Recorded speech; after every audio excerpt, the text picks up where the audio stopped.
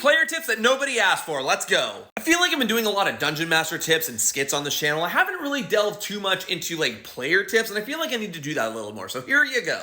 Oh, and if you like D&D and TTRPG content, like, subscribe, follow. And my player tip is this. Don't feel like you have to completely flesh out your entire backstory prior to the start of the campaign. It is absolutely okay for you to have your character's backstory, quote unquote, be developed as the story goes on. This also allows you to collaborate with your DM on what that character's backstory might be and how to weave that into the story. This is the hand signal for weaving, I guess. And to give you an example of this, I'm going to tell you a story about one of my players in my campaign. I was talking to one of my players this last weekend, and we were reminiscing about our first campaign, which, well, like, reminiscing is not the right word, it's still going on. But we were talking about kind of like where we were in the first campaign versus our second campaign, and just how we've kind of evolved as players and DMs. Now, with it being my player's first campaign ever as well, he just kind of picked a player archetype and ran with it. He went with a Yuan-ti pureblood rogue and just kind of ran with like the lone wolf archetype. You know, he was just very, in a world where nobody can be trusted, it is you versus the world, and the world is not prepared to deal with what you have learned to do to survive. But as the campaign went on, the backstory began to change, and he was able to weave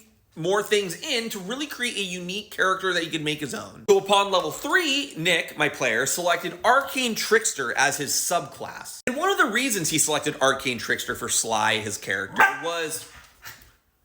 Really?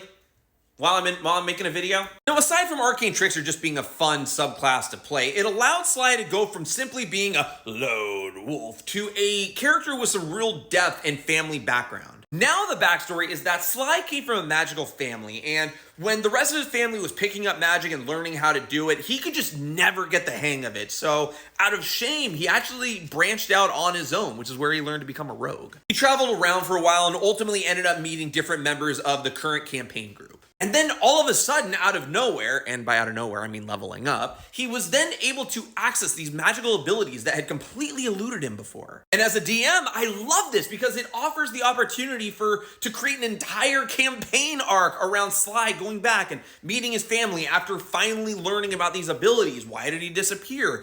How does his family feel about it? There is so much that can be done with this. So anyway, the moral of the story is that if you're a newer player, don't feel like you need to write an entire novel for your backstory before the start of the campaign. It is perfectly fine and sometimes even preferable to let that backstory develop as the campaign goes on.